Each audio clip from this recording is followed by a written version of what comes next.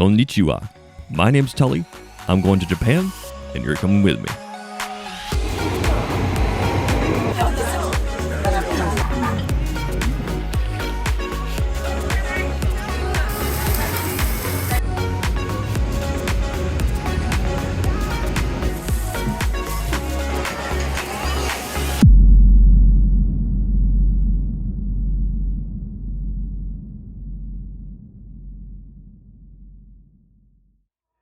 Good morning, Okayama. So this is the hotel room with the cool couch, and well, it's raining, which isn't the best.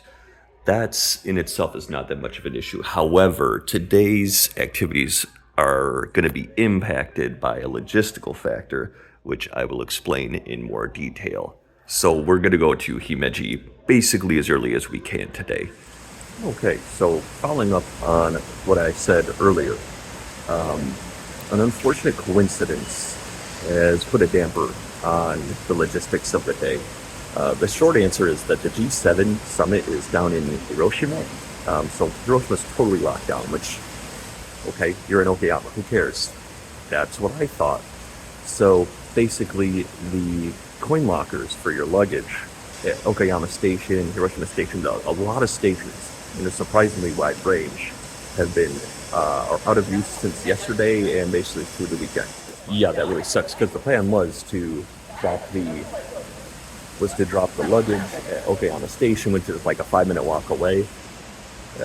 Drop the luggage there for the day and, go ahead and do stuff because Korakuen and Okayama Castle are, right here in Okayama.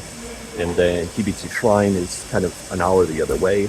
But I'm going to have to return to Okayama Station to get the bullet train to Himeji tonight anyway, so it worked out.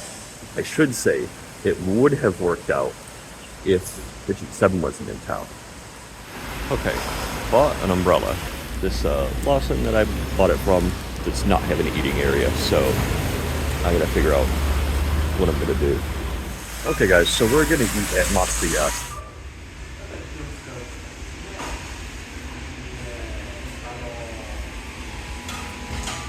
I got the pork loin cutlet with grated radish and Japanese authentic fried chicken.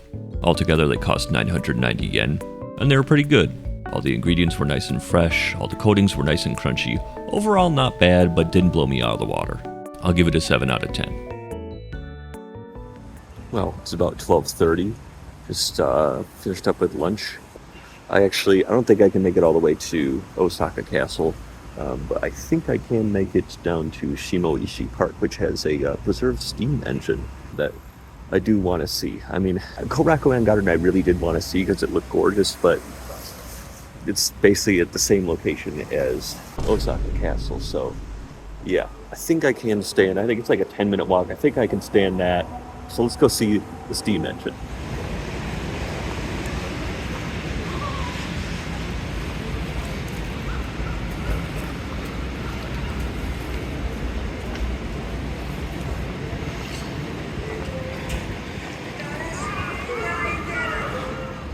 On the way, I bought this energy drink. So the Zone Energy Quick Boost only has about 75 milligrams of caffeine, so I am actually going to drink it right now. Let's see how it tastes. It's kind of a nuclear waste toxic green color. It's carbonated. Ooh, it's kind of bitter in a way. I don't know if that's chemically or just straight up bitter. It's got a little bit of that cough medicine-y thing that the other one we had the other day had. But it's more sour. This is definitely on the sour side. Not as sour as, say, Red Bull or Monster. Sort of citrusy. It's got some strawberry, like raspberry flavor in there, I'd say. But maybe also blueberry. Yeah, there's something like blackcurrant in there. I think that's what's giving it the cough syrup taste. Yeah, I've had worse. I think a lot of people like this. It's definitely, I'd say it tastes fairly close to Ribena, like that sort of blackcurrant soft drink from the UK. And they've got Zone members at one point, some sort of reward program. If you're watching this and the QR code isn't already redeemed, go for it.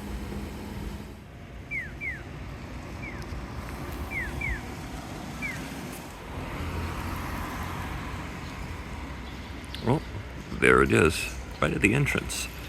This is the north entrance of the park, by the way. Well, look at the size of it.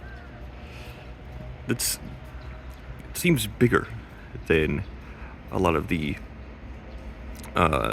the trains I've ridden in Japan. I wonder if the loading gauge changed over time, because I don't know how old this locomotive is, but I don't think it would have been used any later than the 1960s at the latest. But yeah, it may not come across on camera how big this thing is in real life. I mean, not the biggest locomotive I've seen in real life, but it's got to be, I'd say, probably between 12 and 14 or 15 feet tall. It seems a lot taller than the Japanese trains I've ridden on so far. And for context, if you guys aren't railway geeks in the audience, what loading gauge means, basically a railway's loading gauge is what's kind of the dimensions, the height and width of trains, like how big can the trains be size-wise. So the reason why that's important to have a good idea of is so that the trains can fit through tunnels and can, so that the railway can actually fit in places where it needs to go. Because if the train is too big, you don't want to get it stuck anywhere. That would be expensive. I don't think you can go inside at all. I don't think there are any openings in the fence, so we could see into the cab a little bit. But yeah, so maybe the loading gauge was larger when this was made and used, and now it's smaller. Or it may vary from line to line. The commuter trains I've been taking maybe they've got a smaller loading gauge, smaller trains, smaller dimensions than the freight locomotives, or how the railroads were when this train was made. Look at the size of that cylinder. It doesn't look too big on screen, at least on my phone screen. But yeah, that cylinder's probably about 1.5 feet in diameter, probably 3 feet long, maybe 2.5. And I don't know if it's coming across on camera, but you see how there are sort of these, get my hand in frame, these sort of horizontal lines. What I think that means is that cylinder is actually bump formed. So what does that mean? So sheets of metal are bent into the shapes that need to be using a press brake. And instead of going all the way with the press brake, making a flat sheet turn into 90 degrees, well, actually it would be flat, turn into 90 degrees, you kind of just bump it a little bit. And then you move on and bump it a little bit.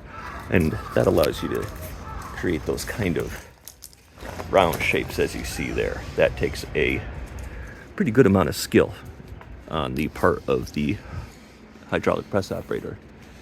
Yeah, this is cool. I don't think it's in any sort of shape to be bought back into steam. I think they kind of just parked it here and let it be. How do they even get it here, though? There's no railway either way that I can see. It makes me wonder how they got it here. I mean, on truck probably, but yeah, very cool. Since it was now late enough that it made sense to start our journey to Himeji, I started making my way to the center of town, where the main station is. On the way, I added yet another entry to my Pictures of Mysterious and Neglected Places in Otherwise Immaculately Clean and Orderly Japan collection, when I saw this forlorn Suzuki mini truck standing silently in front of a seemingly abandoned garage. The shutter and awning on the left suggests that this may have once been a store of some kind. I wonder what kind of store it was, what caused it to close. Look at the amount of stuff in the garage. I can't help but wonder how long it's been like this. The fallen leaves and coat of dirt on the truck tell me it's been here for at least a few months, but the tires are still inflated, and there aren't any obvious signs of damage. This street was quiet, so I didn't see any locals who I could try and ask. Despite my curiosity, I moved on.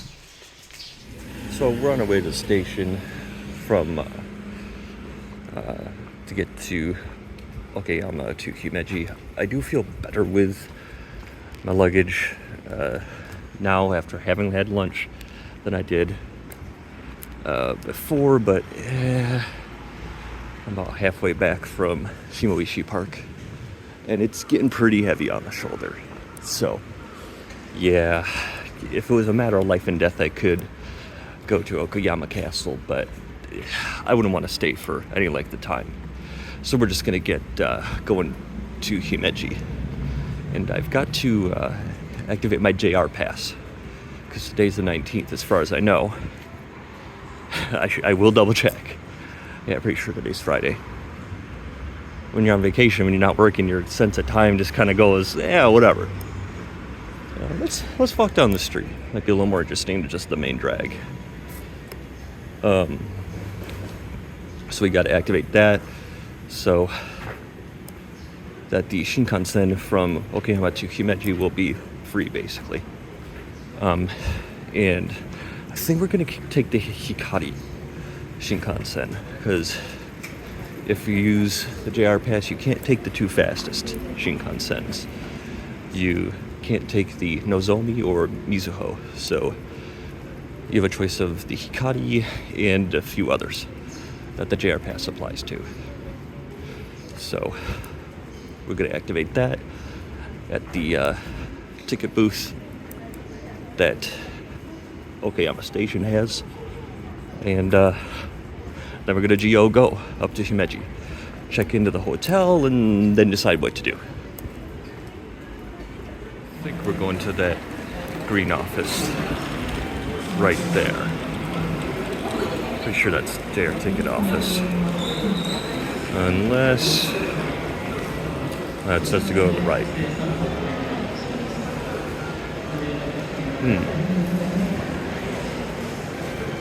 Looks like the place. Their ticket office. Yeah, that's what it says. Let's just look on the other side to be sure. Oh, no, that is it. Okay. Let's go in. Okay, so I activated the JR Pass. It's good from today through the 25th, 7-day pass. And so train-wise, the JR Pass, you can't ride the Nozomi or the Mizuho trains. So you're kind of left with the two slower, less frequent ones, the Hikari and the Sakura. So there's only kind of 2 of those per hour, maybe 3. So we missed the 1:30 train waiting in line to get our JR Pass. The 2:14 train actually filled up. So we're going to be on the 2:36. So we've got some time to kill. I figure we'll just go on through and see if we can find some place to sit down, maybe a cafe, have a coffee or something. Just because I don't want to stand with this suitcase on my shoulder for, another 40 minutes.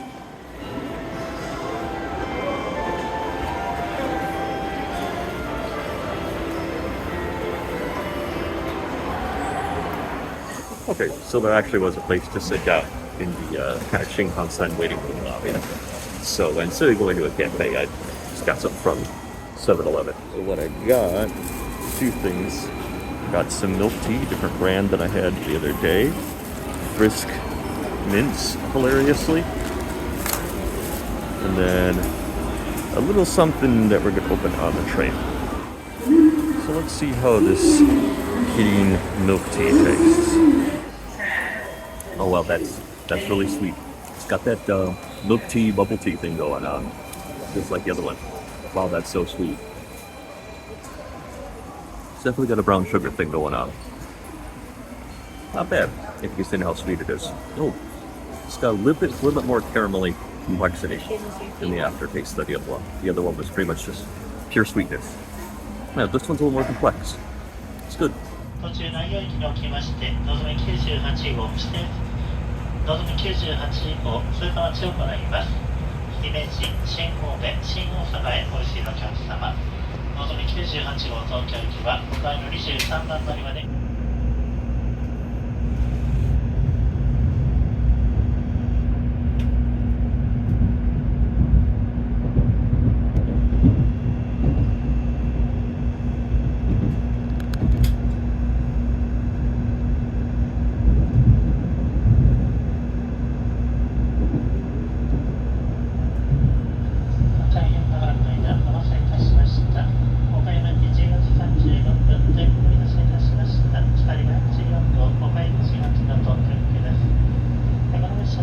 します。乗務員、当店市は JFC 本部、海遊が、武蔵本部は金口が、池田が、途中新大阪までご案内いたします。また、車内販売の営業は新大阪までの間行っておりません。車内販売の営業は途中の新大阪までの営業です。あらかじめご了承ください。自由席は後ろにご利用1号車から5号車です。6号車から16号車、最後の座席は特大のスペース座席を事前にご予約されたお客様のスペースです。事前にご予約をされてないお客様のお手荷物は足元か荷物棚に上げていただきますのでご協力をお願いいたします。次の停車駅は相生です。14時51分、出口左側、12番乗り場の到着です。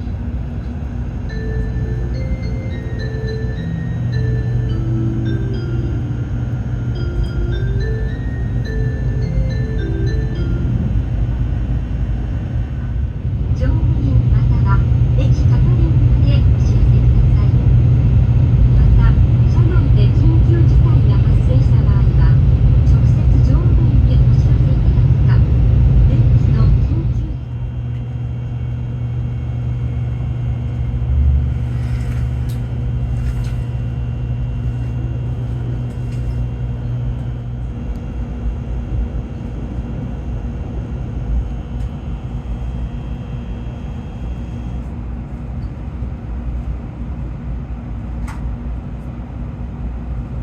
There it is. You can just see Himeji Castle through those gaps between those buildings.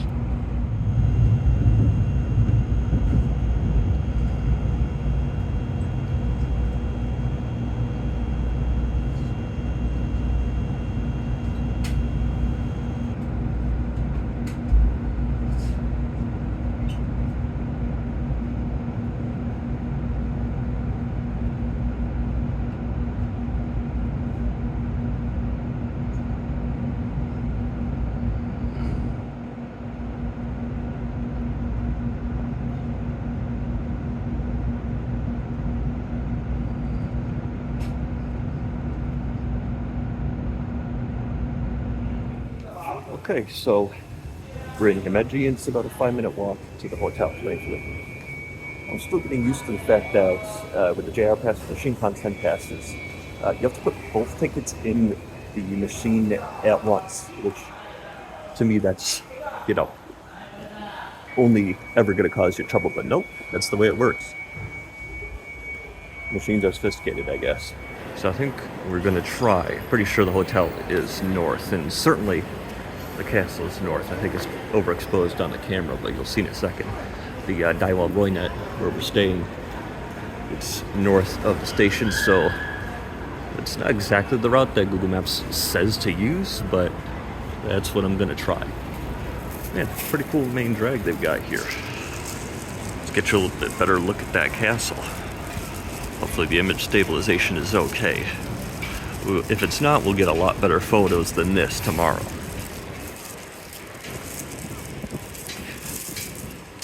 Man, kind of a cool looking place. I kind of like the look of this more than Okayama already. It's just a little bit of drizzle, but it should certainly be clear and sunny tomorrow, which is gonna be great.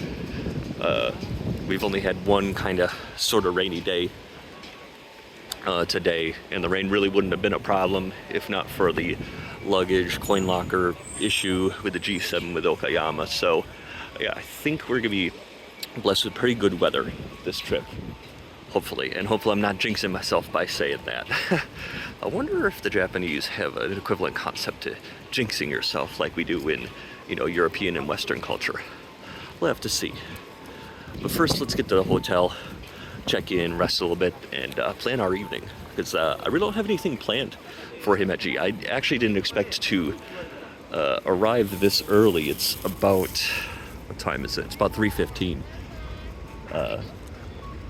So yeah, I mean dinner obviously, but where and what else should we do? Himeji Castle loop bus, I've seen that on YouTube. I don't know if we're gonna use it, in fact, probably not.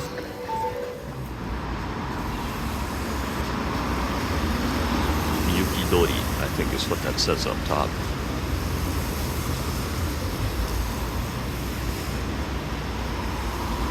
There's the hotel up right there, Roynet.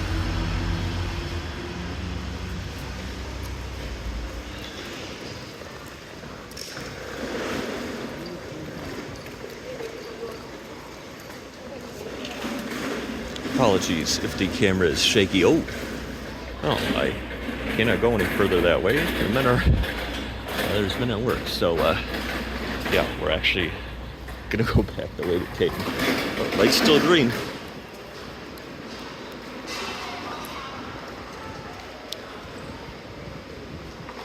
I can cross further up. It's not that much further. No sense jaywalking. Jan kara ichiban yasui honmaya de. So it's saying Jan karaoke. Looks like it's nomi hodai, all you can drink.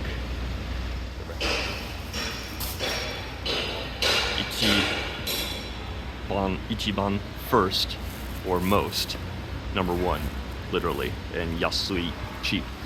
So Jan karaoke, the cheapest, the most cheap, and honmaya de is really in Kansai ben. Instead of honto desu, or honto da, which would be like more standard Tokyo dialect, in Kansai ben it's honmaya de. Gotta love Kansai ben. So Kansai ben is the dialect of Japanese that they speak in the Kansai region, which is basically the southern region.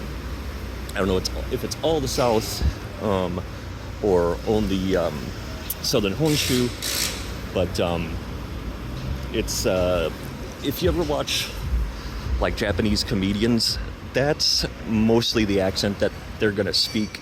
A lot of Japanese comedy acts and groups and performers are gonna be based in Osaka for this sort of cultural reason, to the point where even if you're from Tokyo, if you want to become a comedian, you kind of have to speak Kansai ben.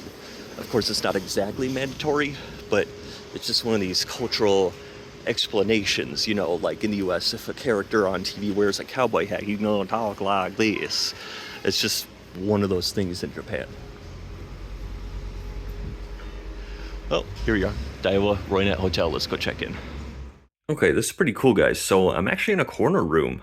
I forgot about that. You can't see the castle from this direction. I think I'm on the south side of the building, and I don't even know if we're tall enough. But one thing that's cool, some people might think this is an eyesore, but that construction site that we had to go around earlier, yeah, this is it. So yeah, the workmen are still, I don't know if you can see them. The workmen are still working down there, and one thing I've been surprised by is just how much construction is going on in Japan. Like, I know it's the season for it, you know, it's kind of the summer, but yeah, I'm just so surprised. You'd think, you know, in like, we have this image of Japan as a very like old traditional country, but in Osaka, there are new buildings going up left and right. There was constant construction sounds no matter where you went. So I guess Himeji's no different.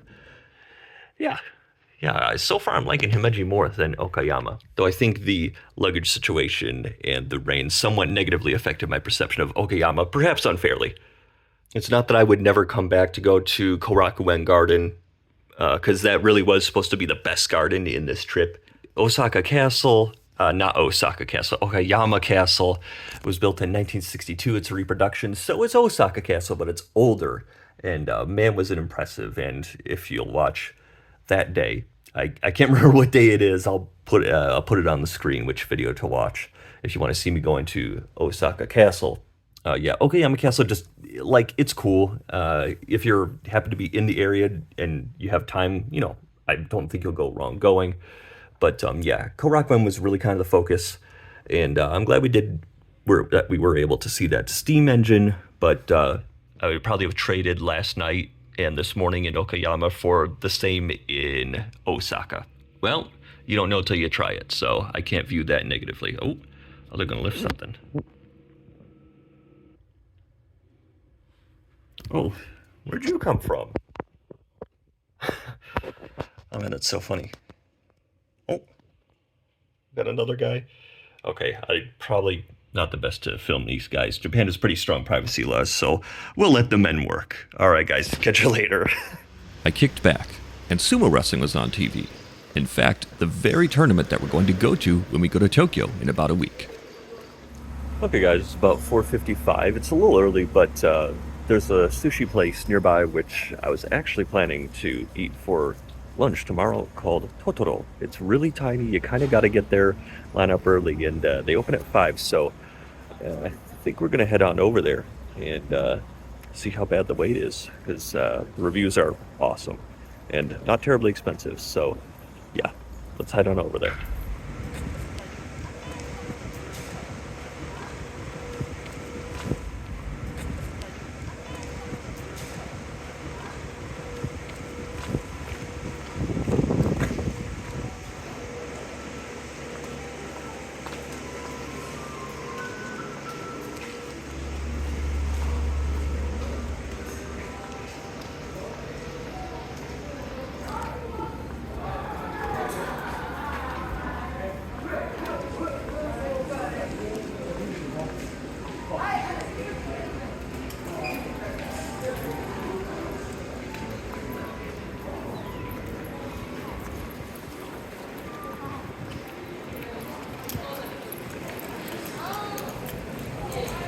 It's about 143 meters to your next turn.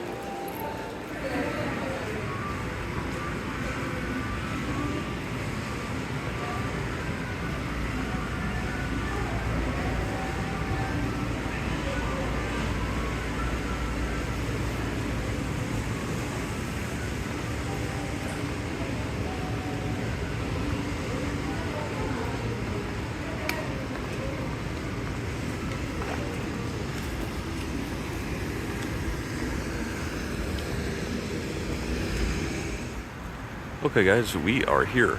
Doesn't look like there's anyone else lining up outside, so we may be able to just go right in. So Totoro is a standing sushi bar. Bars and restaurants where customers can only stand are fairly common in Japan. I think it's a way for businesses to accommodate customers who are looking for a quick stop before going on their way. This makes sense given that Totoro is only a 1-minute walk from Himeji Station. The sake bar we'll go to next is even closer, in the station, and is also standing room only.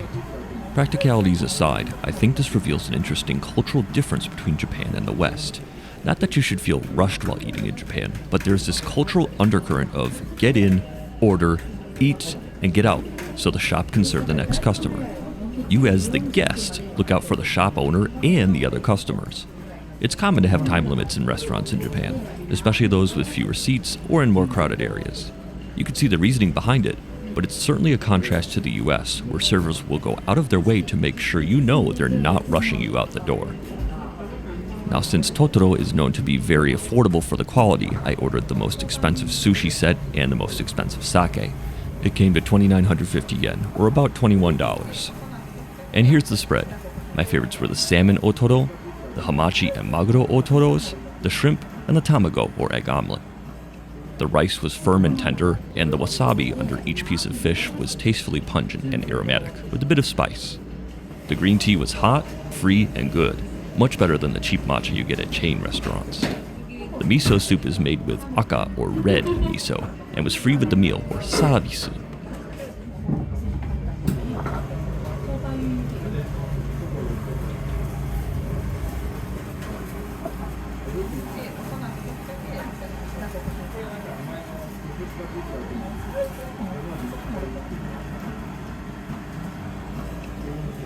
Let's go for the salmon.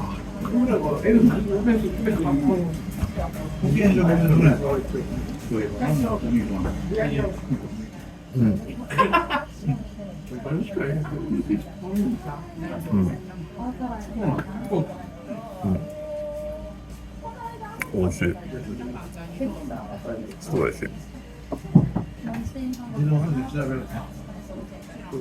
Wow. It's a common custom in Japan that the glass of sake you're served is substantially overfilled so that it runs over into the serving box. Once you finish the glass, fill up your cup with the extra and sip deeply, knowing you got your money's worth.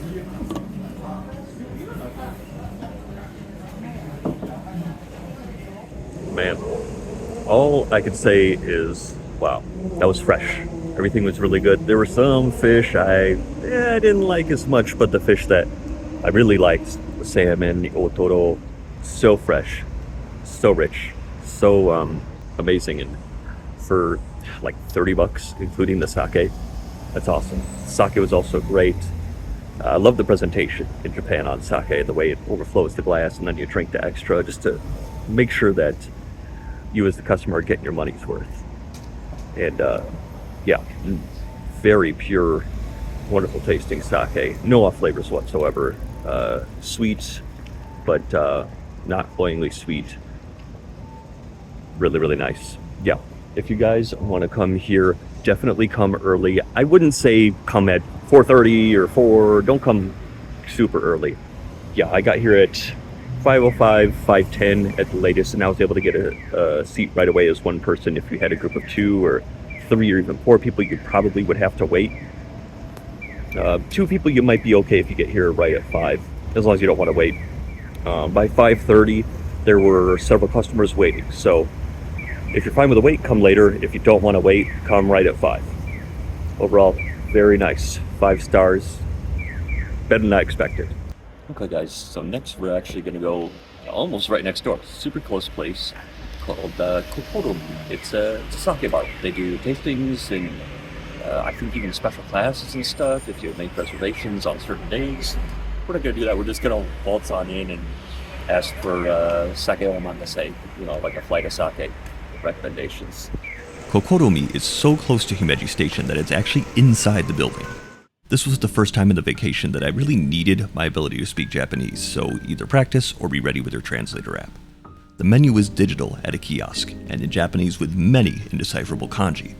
When the staff saw me hesitating, they asked me in Japanese what type of sake I liked. Sake in general is sweet to me, so I asked the staff for a karakuchi osusume, or dry sake recommendation. Given that, the staff gave me a flight of these 3 sakes for only 820 yen.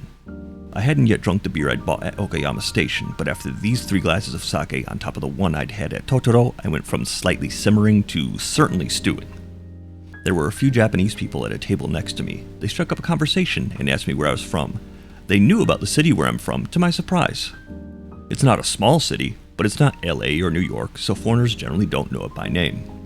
I suspect there's a cross-city cultural exchange going on that I don't know about. Between my limited Japanese and their limited English, the conversation concluded after a few more small talk questions, but it was one of the best parts of the evening. Before I show my tasting notes, I'll say that like Totoro, Kokoromi is standing room only, and they do have sake tasting classes, but only on certain dates, so check their website if you're interested. いただきます。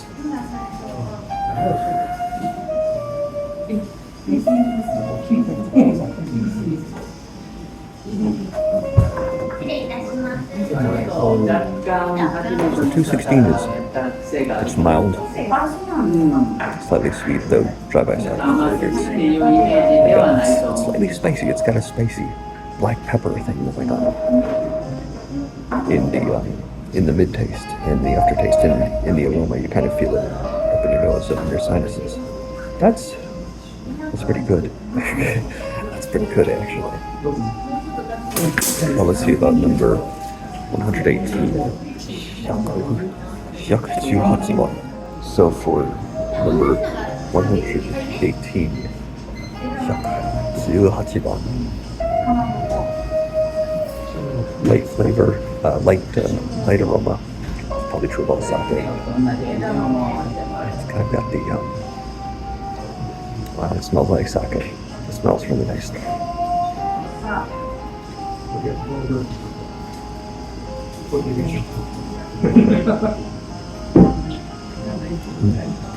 Not as spicy as the one, but this one, the mouthfeel, the taste is very creamy, actually.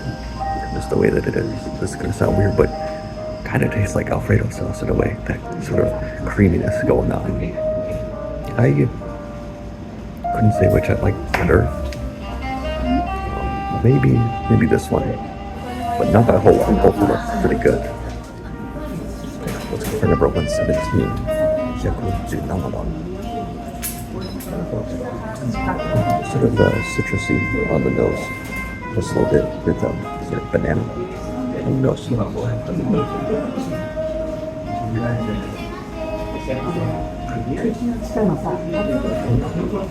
Kind of interesting smell of the banana going on.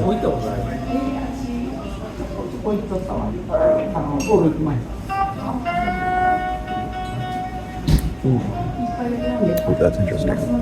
It's kind of, it's more citrusy than the others and kind of earthy, but stronger of a flavor. Yeah, this one kind of beats the other two up for lunch money. Yeah, not bad. This, I wouldn't say I like any of them more than any of the others. All just really good, and I like sake in general. They've all got their own characters. This one is more different from the two others than the other two are different from each other. Yeah, this one you want to pair with sort of a stronger tasting food like steak or or yakitori, something like that. The others, a little bit more mild flavors, might be good with sushi or vegetables, something like that. It's pretty good. I'm going to finish up drinking these and then we'll skedaddle and try and see what kind of more trouble we're going to get into tonight, because it's only 6:30 right now. So, extended tasting notes for 216. Yeah, you can definitely taste the rice a little bit more. Maybe it's got a little bit more sediment or something like that to it. It's got sort of drier taste, more astringent taste than some of the others. And 118, the middle one, it's creamy, man. It's so weird to have an alcoholic beverage taste creamy, and it's got no cream in it whatsoever. It's just fermented rice and water with a special type of mold colony. I believe they call it koji. Try and put a link in the description or something like that, in case you guys want to learn about sake production. But still, not bad. I'd say probably 117 out of the three. I'd say probably 117 is my favorite. But 118 is also pretty good. 216.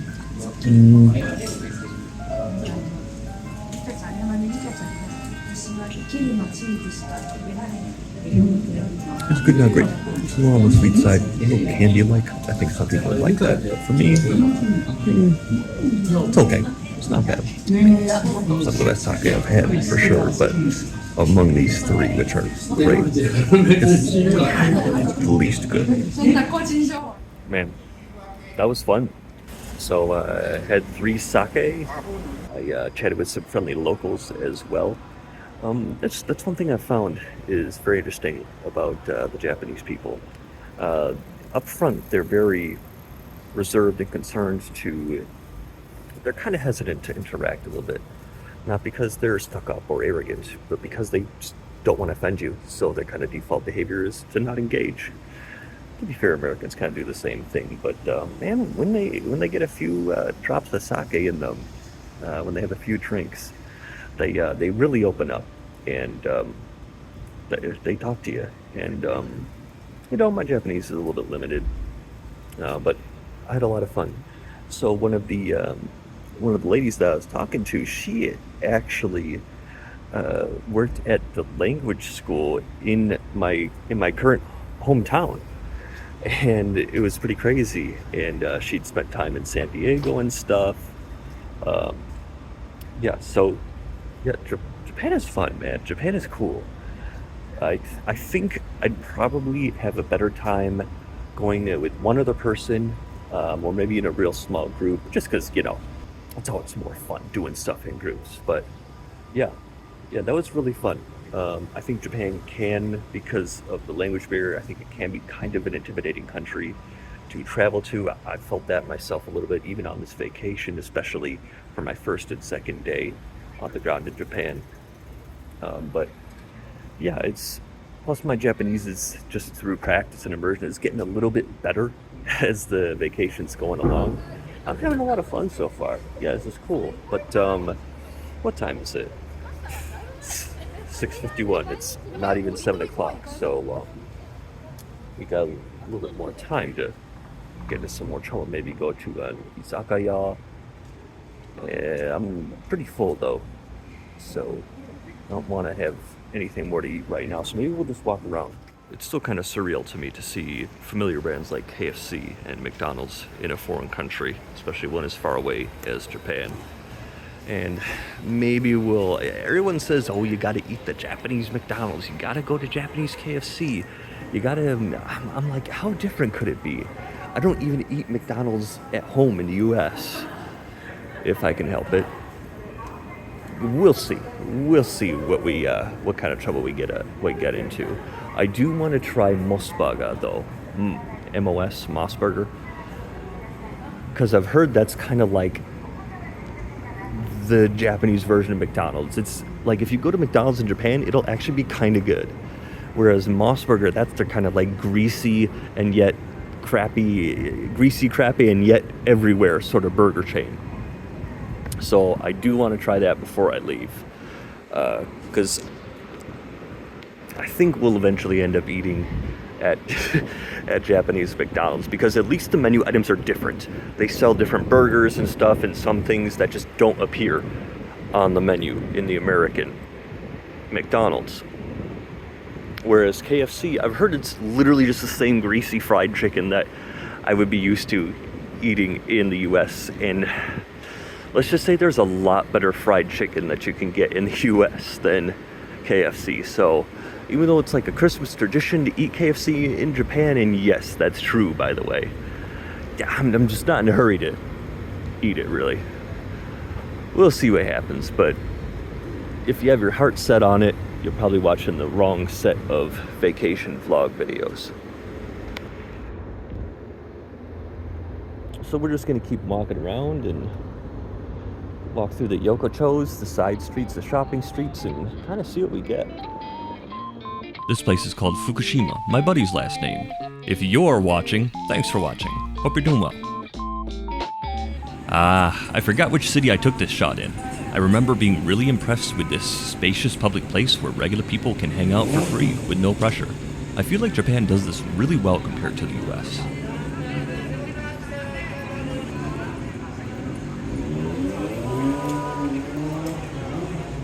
There were several of these cool murals and trivets dotted around the side streets of Himeji.